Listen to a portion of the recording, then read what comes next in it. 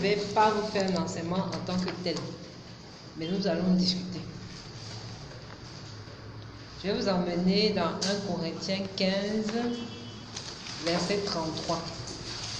La Bible nous dit, ne vous y trompez pas. Les mauvaises compagnies corrompent les bonnes mœurs. 15, 33.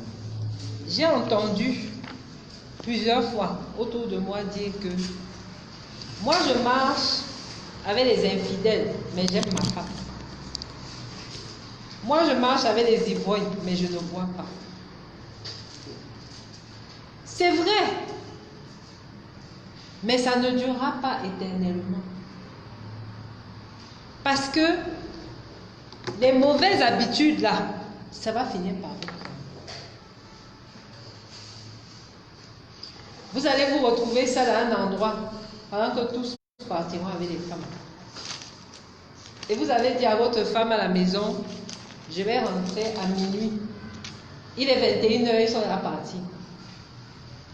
Qu'est-ce que vous allez faire à cet endroit seul jusqu'à votre retour à la maison? Vous allez regarder les gens s'amuser autour de vous. Vous serez tentés. Nous les hommes, nous ne sommes pas Jésus-Christ de Nazareth. Jésus pouvait être tenté, mais il pouvait résister. Nous, il y a des situations dans lesquelles on ne doit pas nous mettre, parce que nous ne pouvons pas résister à la tentation. Donc le mieux est d'anticiper. Je ne vais pas là-bas parce que on ne m'aime pas, par exemple. Tu sais que dans toute une maison, les gens te détestent. Mais il y a quand même la fête. Je m'en vais manger. Qu'est-ce qui les empêche de t'empoisonner?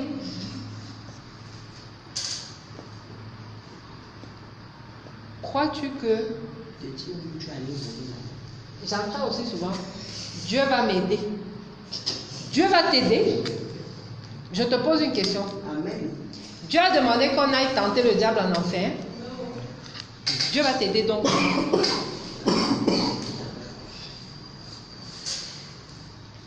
Proverbe 13, verset 20. Celui qui fréquente les sages devient sage, mais celui qui se plaît avec les insensés s'en trouve mal.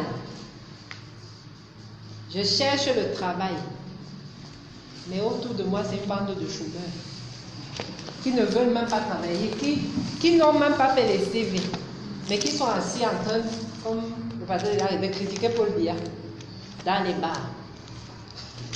Et toi, tu es dans cette bande et tu cherches le travail. Laisse-moi te dire que même le travail va te fuir. Même le travail va te fuir. Donc, retrouve-toi avec des sages qui n'ont pas de discussion stérile, mais pour avancer, qui ont les mêmes objectifs que toi et surtout qui ont les mêmes centres d'intérêt spirituel que toi. Alors, tu verras comment ta vie va avancer. Un jour, tu as la prière. Le lendemain, c'est toi qu'on va trouver au quartier en train de jouer au jambo.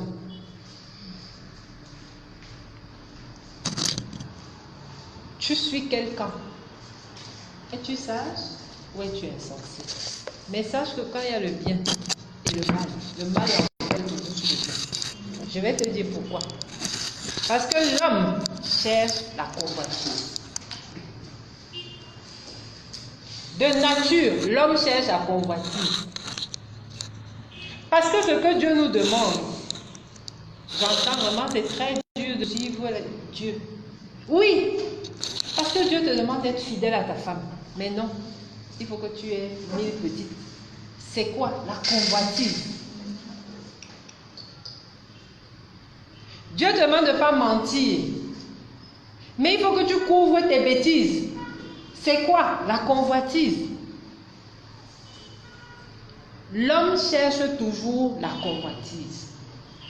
Donc, quand tu vas dans une situation où tu veux mettre en concurrence le bien et le mal, sache que le mal va toujours l'emporter.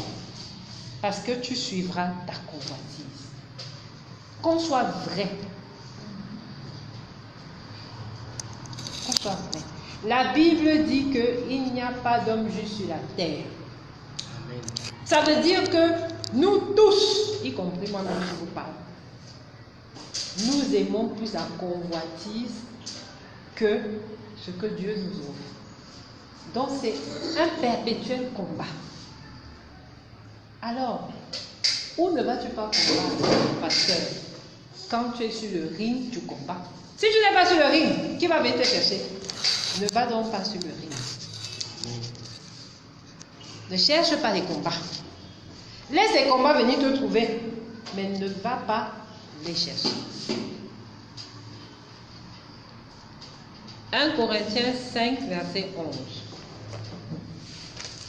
Maintenant, ce que je vous écris, c'est de ne pas avoir des relations avec quelqu'un qui, se nommant frère, est impudique, ou cupide, ou idolâtre, ou outrageux, ou ivrogne, ou ravisseur, et de ne pas même manger avec un tel homme. Dieu t'interdit de te retrouver avec un frère qui t'emmène vers l'impudicité, vers l'iniquité. Il t'interdit d'être avec un tel frère. Donc, plus que tout. Oh, vraiment, au village là-bas, mon père est mort. On va faire les rites. Or, tu sais bien que la Bible refuse les rites. Mais ce sont quand même mes frères. Ce sont quand même tes frères. Va donc faire ces rites-là. Tu auras le blocage de ta vie, le manque de salut, de ceci. Qui va subir ça? Ce sont tes frères-là. C'est toi. Après, tu vas crier, mais vraiment, Dieu avait dit que je serais. Tu es parti te bloquer toi-même, tu accuses Dieu. Tu es parti te bloquer toi-même, tu accuses Dieu.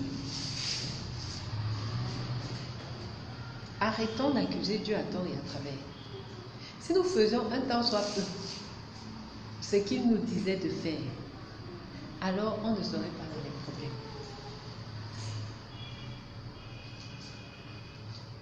Psaume 26, 4 à 5. Je ne m'assieds pas avec les hommes faux. Je ne vais pas vers les gens dissimulés. Je hais l'assemblée de ceux qui font le mal. Je ne m'assieds pas avec les méchants. Fuis le mal. Nous tous ici, on a besoin de changement, de régime, de prédate, de tout. Mais il y a d'abord des lois. Quand tu vois un opposant, comme celui qu'on a là qui est partout dans les télés, être hors la loi,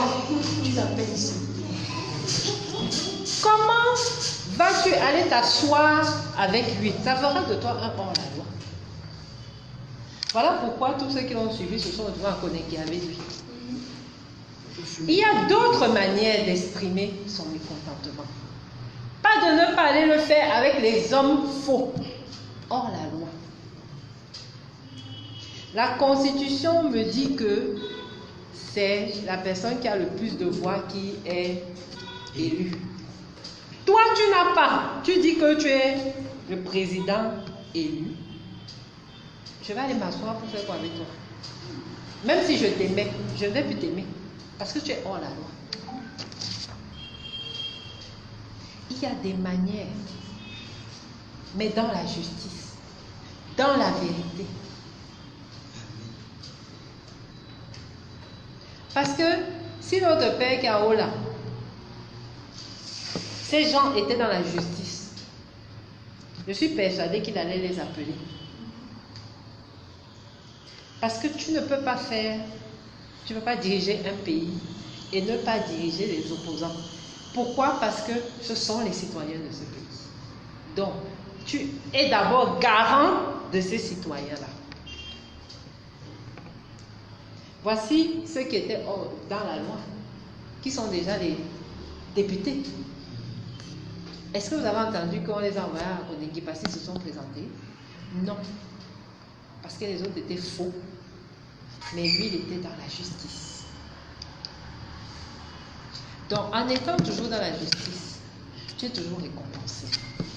Mais en étant faux, même chez Dieu, je dis que même si tes pensées sont vraies, si tu es là dans le faux, Dieu te considère comme faux.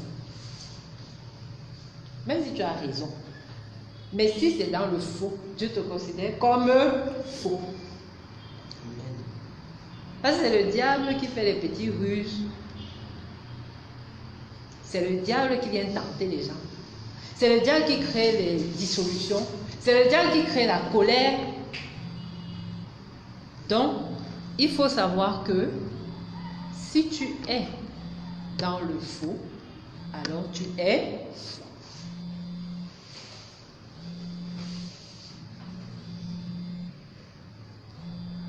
Psaume 1. 1 à 4. Heureux l'homme qui ne marche pas selon le conseil des méchants, qui ne s'arrête pas sur la voie des pécheurs et qui ne s'assied pas en compagnie des moqueurs, mais qui trouve son plaisir dans la loi de l'Éternel et qui la médite jour et nuit. Il est comme un arbre planté près d'un courant d'eau qui donne son fruit en sa saison et dont le feuillage ne se flétrit point. Tout ce qu'il fait lui réussit. Heureux l'homme qui ne marche pas selon le conseil des méchants. Qui est ton conseiller? Qui est ton conseiller? Une femme a les problèmes avec son mari. Elle va voir sa copine. Sa copine, sans même savoir d'où sort le problème. Vraiment, je t'avais dit que cet homme-là, il fallait le laisser. Tu sors d'où? Qu'est-ce que tu en sais? C'est un faux type. Voilà, c'est un faux type. Je l'ai même vu, il était avec une femme. Ça, c'est la pure méchanceté. Parce que pendant que tu vas dire tout ça, la femme qui aime son mari aura mal au cœur.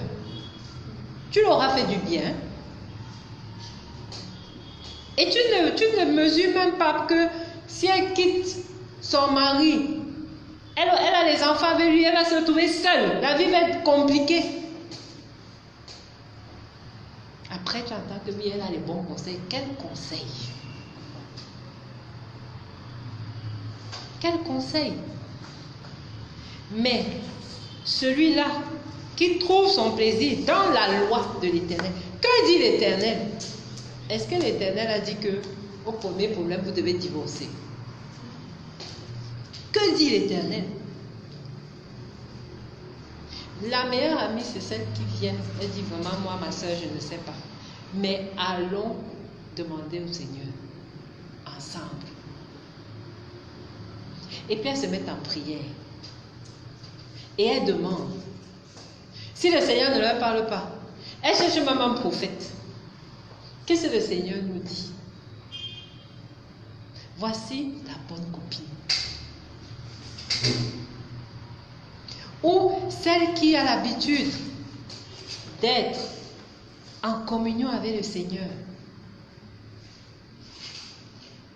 Elle aura de bons conseils parce que c'est l'Esprit qui parlera en elle.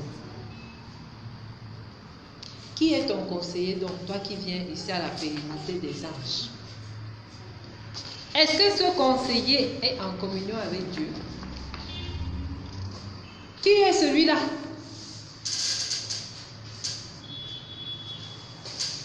Qui est celui-là? Si c'est un célibataire qui te donne les conseils à toi, homme marié, où est la sagesse là-dedans. Qu'est-ce qu'un célibataire peut t'apprendre sur le mariage? Qu'est-ce qu'il enseigne?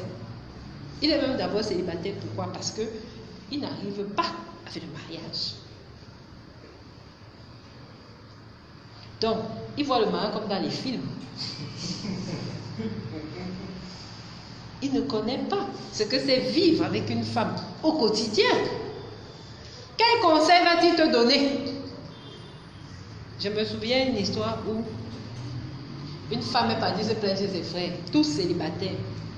Oh, mon mari me tape, mon mari ceci, mon mari cela.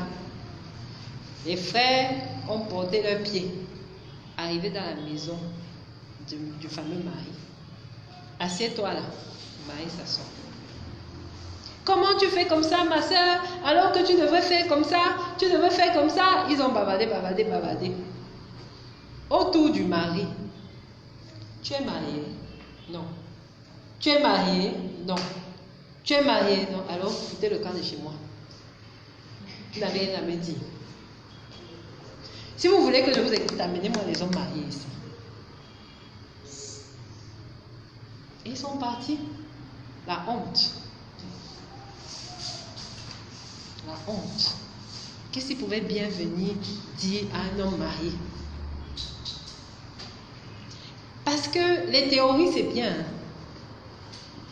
Pasteur, quand tu vas te marier, vraiment, il faudra que tous les jours, tu donnes le petit déjeuner à ta femme au lit. Voilà la théorie. Pourquoi? J'ai vu ça dans un film. Et ça marchait. La pratique. Un jour, tu arrives là. 2 jours, la femme là va te marier que... J'ai dit, ton histoire si là, tu veux te faire pardonner quoi? Ça te décourage déjà. Est-ce que tu vas continuer? Non, parce que tu es découragé. Quand tu vas repartir chez l'ami, l'ami va dire que, mais comment? Tu as dit que non, moi, j'ai essayé. Le genre de réponse que j'ai eu là, j'ai compris, elle a pensé que j'étais même dans une secte. C'est la pratique là-bas. La théorie, c'est autre chose. Donc, pour parler mariage, tu dois t'asseoir avec un homme marié qui vit la pratique. Vous allez vous asseoir, vous allez bien converser. Et vous allez trouver un terrain d'entente. C'est ça la sagesse. Même au niveau de vos affaires. Pourquoi vous ratez vos affaires? Vous allez demander conseil là-bas. Celui-là, il ne sait même pas ce que c'est un plan d'affaires. Tu viens lui dire que j'ai un plan d'affaires. Ah oui, moi aussi j'avais un plan d'affaires. Quelle affaire? Tu vas demander à quelqu'un qui n'a jamais fait de projet des conseils. Il va te faire quel projet? Tu vas lui dire que j'ai des problèmes au travail avec mon patron. Vraiment, je ne sais pas comment faire. Il va te dire que insulte le patron là. Il ne sait pas ce que c'est l'insubordination à la hiérarchie. Il ne sait pas. Quel conseil va-t-il te donner? Et c'est comme ça que tu perdras ton travail. Tu vas dire que Dieu m'a oublié. C'est comme ça que tes projets ne marcheront pas. Et encore que tu ne sais même pas qu'est-ce que la personne a dans son cœur. Quand tu viens de parler des plans d'affaires, lui, il n'a même pas 100 francs pour manger. Quand il regarde comme ça, il voit les millions, il dit que oh! Donc le type, c'est ça, riche. Soit il dit, je suis content pour lui, je vais lui donner des conseils, parce qu'il est trop bête. Soit il dit, il ne faut même pas que les millions là entrent dans sa poche. Et c'est en fonction de son état de cœur qu'il va te conseiller.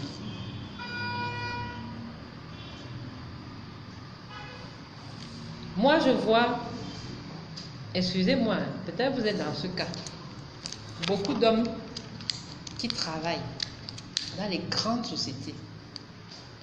Mais dès qu'ils reçoivent les salaires, ils appellent tous leurs camarades du lycée qui sont des chômeurs. Venez. boit.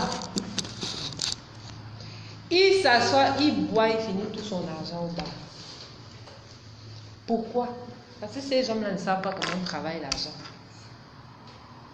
S'il appelait les travailleurs comme lui, à un moment donné, ils allaient faire d'abord les tournées. Et quand il allait arriver à un certain moment là, tu vas penser qu'il faut le lait à la maison, il faut que je l'achète à ma femme. Ah non, pardon, mon frère, moi je rentre. Et c'est comme ça que toute la table allait se vider. Au moment opportun. Mais si toi tu ne sais pas travailler, ton problème c'est quoi? Que l'autre vient dépenser tout son salaire. Tu trouves ça normal? On était dans la joie. On a bu. Il faut qu'il lâche la pied. Voilà. Moi, j'ai remarqué que dans les bars, moi j'ai fait les bars quand j'étais plus jeune. Et j'ai même été gérante de bar. J'ai remarqué que ceux qui mettaient les casiers sur les tables, c'était les chômeurs, c'était les voleurs, c'était les fémins. Donc, ils ne savent pas travailler à la sueur de leur front. Mais celui-là qui travaillait à la sueur de son front, qui savait que l'argent est dur à gagner. Non, dès qu'il a mis 2 bières, il a dit que je m'en vais. Ils ont déjà assez bu. Tu peux faire plaisir, mais dans la sagesse, pas dans la folie.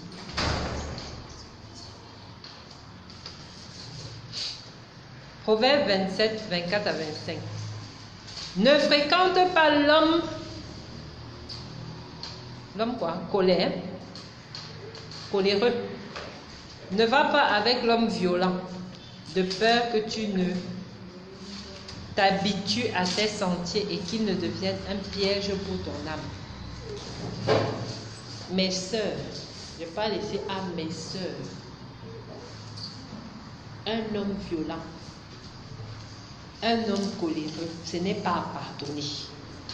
Moi, je vous dis clairement que ce n'est pas à pardonner. Même Dieu n'accepte pas ça.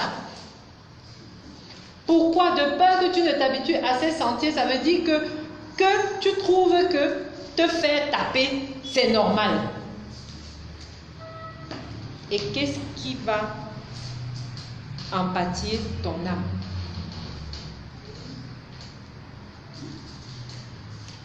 Donc, toutes celles qui se posent les questions là, que je suis mariée, vraiment mon mari me tape tout le temps, mais c'est normal. Moi je vous dis, ce n'est pas normal. Moi, la prophétesse, et j'assume ce que je dis, ce n'est pas normal. Quand on tape quelqu'un, il n'y a pas que la douleur physique, il y a la douleur de l'âme. Cette personne commence à perdre confiance en elle. Cette personne commence à être humiliée. Elle devient esclave. Donc, si vous êtes dans ce cas, sortez vite de ce cas. Moi, j'assume. Tous les maris là non pour venir ici, on va voir. J'assume ce que je dis.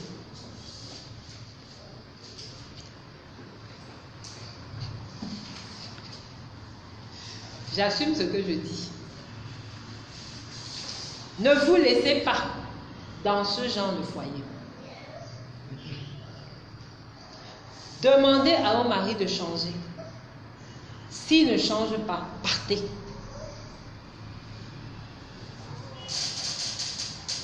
Je n'ai pas dit que dès qu'on te tape, tu dois prendre les affaires, tu pars. Je parle des habitudes.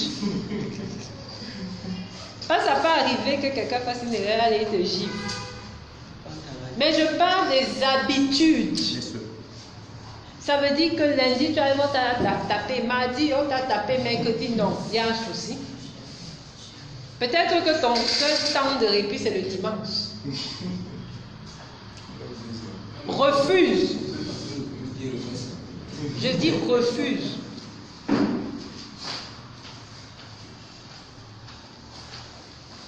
Moi, j'ai eu à vivre cette expérience.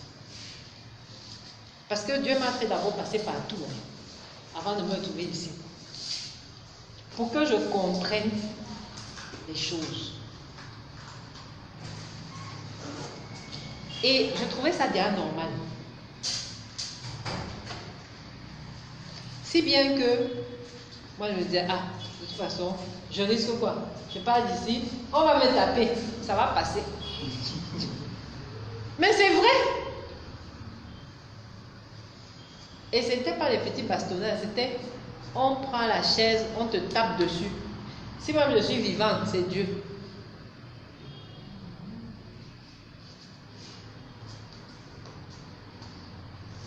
J'ai supporté jusqu'au jour où le Seigneur m'a dit que ça là, je ne veux plus.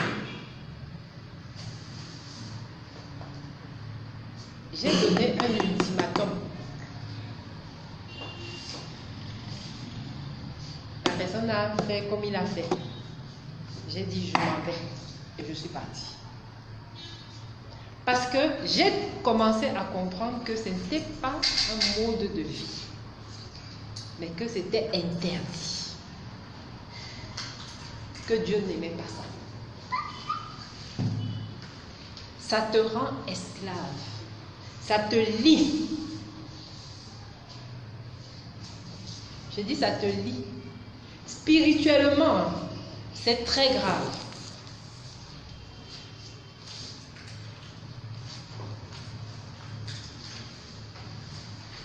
Donc, tu te retrouves avec comme un Dieu. Tu es sous sa domination. Et spirituellement, il a le pouvoir sur toi.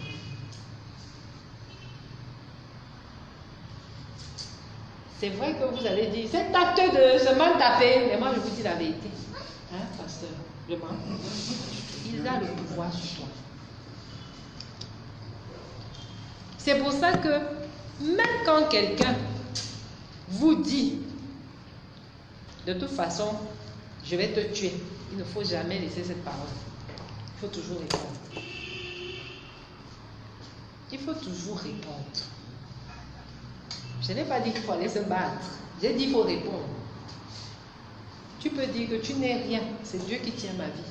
Donc ce que tu dis là, c'est nul et sans effet. Tu as répondu et tu continues ton chemin. Ne laisse jamais mauvaise parole sur toi. Parce que cette mauvaise parole va finir par s'accomplir. Si tu as laissé, c'est que tu as accepté d'être l'esclave.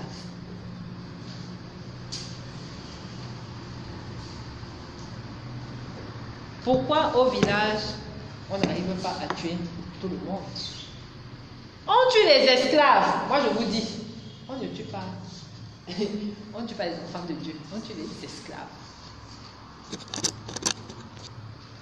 La sorcellerie, c'est sur les esclaves. Ce n'est pas sur les enfants de Dieu.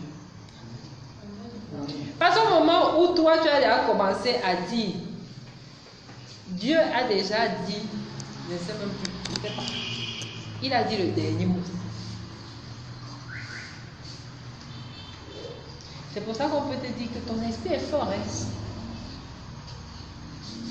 Dans mes rêves, j'ai vu un jour une confrérie de personnes qui m'a dit que on va t'initier. Je leur ai demandé dans le rêve que initier à quoi? Non, tu es des noms. Je dis que je suis de quel groupe? Je ne vous connais même pas. Je fous même quoi ici? Non. C'était mange ça. Je dis je ne mange pas. Si tu ne manges pas ça, alors tu vas mourir dans 3 jours. Je dis que vous êtes qui? Vous ne pouvez pas me tuer dans 3 jours. Mon corps, c'est le temple de Dieu. Là où je suis même Dieu devant toi. Donc, si tu dis que c'est moi qui... Moi, je te dis donc que c'est toi qui vas mourir dans 3 jours. Et le rêve s'est arrêté. Paf! Et 3 jours sont passés, j'étais toujours en vie. Je parle d'une confrérie, hein. Je ne parle pas de petits sorciers. Et il y avait des blancs dedans. Moi, je ne savais même pas c'était les qui. Mais parce que moi-même j'ai dit. Et après, je suis allée voir mon pasteur. Mon pasteur m'a dit que tu sais quoi, tu as la victoire, va t'asseoir. Je dis comment? Il dit que tu as déjà parlé. Et c'est ça qui va arriver. Ou le blanc est mort dans quel pays, où il n'est pas mort. Il me met ça là-bas. Michée 6, 16. On observe les coutumes d'Omri et toute la manière d'agir de la maison d'Achab. Et vous marchez d'après leurs conseils. C'est pourquoi je te livrerai à la destruction. Je ferai de tes habitants un sujet de raillerie et vous porterez l'opprobre de mon peuple. Dieu est en train de nous dire qu'il n'y a pas de tradition à part lui. Quelqu'un ne décide pas à part lui. Vraiment, je n'aime pas quand tu vas à l'église. Tu es qui? Donc tu m'empêches d'aller en communion avec Dieu. Toi qui dis ça, ne pense pas que si tu restes à la maison, tu seras sauvé. Tu ne seras pas sauvé. C'est bien écrit. Je te livrerai à la destruction. Donc, c'est un peu comme quand Satan est venu voir Jésus à la montagne. Si Jésus, par peur de Satan, avait dit que oui, je suis d'accord avec toi, mais Dieu connaît mon cœur. C'était la destruction totale. Il n'y a pas Dieu connaît son cœur. Celui qui n'est pas avec nous est contre nous. Point barre. Parce que tu vas entendre après que femme, sois soumise à ton mari. Tu ne vas pas à l'église. C'est quel genre de soumission? Donc toi, ta soumission, c'est seulement à l'église. Il n'y a pas une autre soumission. C'est seulement à l'église. On doit donc aller où? Je dois te suivre dans tes sectes. C'est là que je serai très soumise. Toi, fais-le. Ton salut est entre guillemets. Dieu ne regarde pas ton cœur là dans ce cas-là. Tu n'obéis pas à Dieu, tu es livré, point, à la destruction. Il n'y a pas autre chose à dire là-dedans. Donc, et les traditions, vraiment, nous, dans notre famille, c'est le culte des crânes. Tu parles, non mais, on m'a donné l'huile rouge, j'ai fait, mais mon cœur n'était pas là-bas. Quel cœur n'était pas là-bas? Tu as fait. Même si ton cœur n'était pas, ou bien alors j'ai fait, mais j'ai annulé, tout ça, j'ai entendu ça. Tu fais et tu annules. Ça, c'est quelle qualité? Tu fais et tu annules. Ça, c'est se moquer de Dieu. Excusez-moi.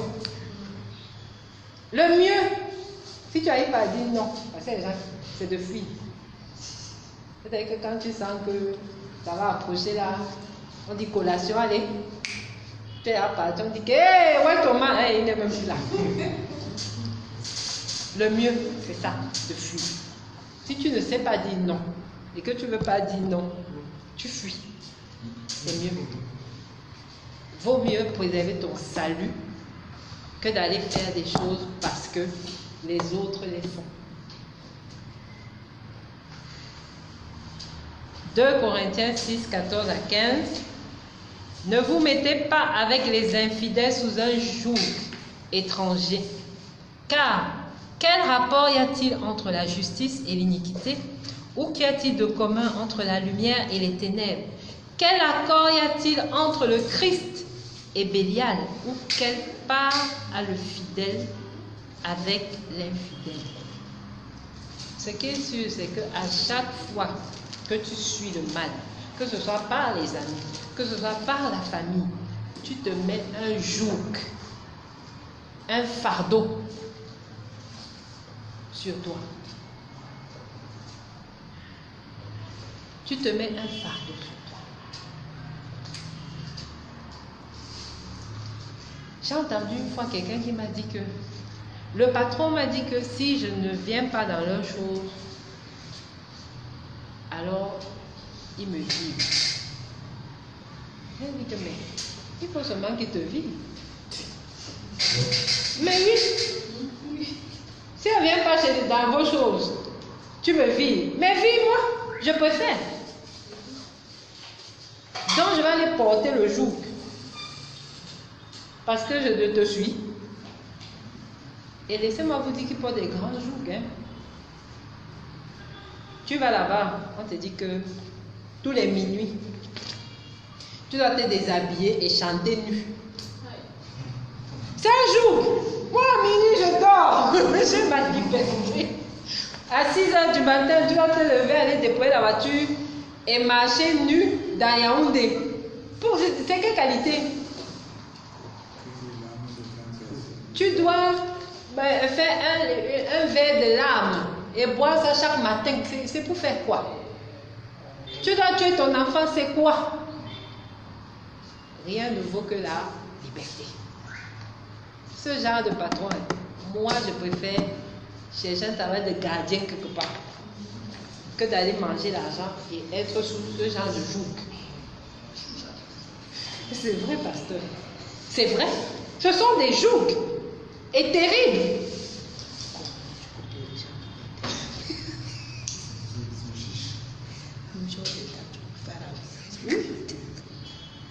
Donc, si vous avez la qualité là, faites votre choix. Le choix de la liberté. Une belle-mère. Oh, vraiment, chaque matin, tu vas venir ici préparer. Ça, c'est quel genre de joug? Je suis ton esclave. Tu dois être soumise à ton mari. Tu es mon mari. Donc, chaque matin que je me lève, je dois courir chez toi, préparer. Et puis, on va me dire que non, les boules mangent le plantain pilé. Donc, si tu fais le plantain bouilli, on ne mange pas. Vous allez seulement manger que le plantain bouilli là. Mais vous ne mangez même pas. C'est votre problème. Donc, moi, tous les matins, j'avais pilé le plantain pour vous. Pour faire quoi? C'est quel jour? Le bâton. Tu fais quoi avec ça? Ça, ce sont des jours. Quand quelque chose n'est plus normal, dites non. Parce que vous créez des dieux sur la terre, sans le savoir. Refusez. Je ne suis pas en train d'amener les gens à la révolte. Mais je suis en train de dire que nous ne devons pas être esclaves de qui que ce soit. Si c'est opposé à Dieu, refusez. Je n'ai pas dit que dès que le mari dit que fais mon lit, tu dis que c'est le jour. Ça, c'est ton devoir. C'est ton devoir. Je n'ai pas dit que s'il dit que fais la manger. Non, c'est ton devoir. Il y a les devoirs.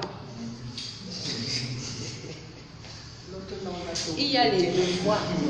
Parce que peut-être tout le monde croit ici que non, ça veut dire que je vais aller chauffer le type là. Tu chauffes quoi sur lui? C'est ton devoir. Il va te foutre. Il y a même des choses que ton mari peut faire, ça ne te plaît pas. Ça ne te plaît pas à toi, mais ça plaît à Dieu. Mais ça ne te plaît pas, tu t'assois avec ton mari, tu dis que ouais chérie, tu sais, je trouve mon bien à aller à l'église là-bas et tout et tout et tout. S'il n'est pas du diable, il va te dire que pas. Il n'est pas dit d'aller faire l'opposition là-bas. Nous ne sommes pas des féministes. La Bible est claire. Femme, sois soumise à ton mari. Et je n'ai pas dit que les hommes ne doivent aussi aimer leur femme. Ta femme va te dire que, chérie, vraiment, fais-moi à manger. Non, la prophétesse a dit qu'il n'y a pas de jours. Je ne veux pas ça. Il y a les devoirs. Donc, faites vos devoirs, mais que ce ne soit pas des fardeaux pour vous. Parce que entre venir préparer un jour chez la belle-mère et venir chaque matin, il y a quand même une différence. Il y a quand même une différence. Voilà. Il y a quand même une différence. Si c'est que la belle-mère mange ta nourriture, elle te dit viens, donc tu vas la chasser. Non, là ce n'est pas le jour, là c'est normal. Dans la belle famille, tu vois, là c'est normal.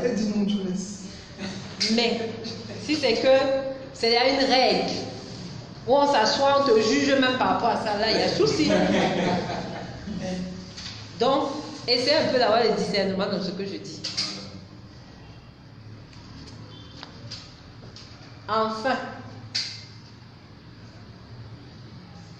que personne, Éphésiens 5,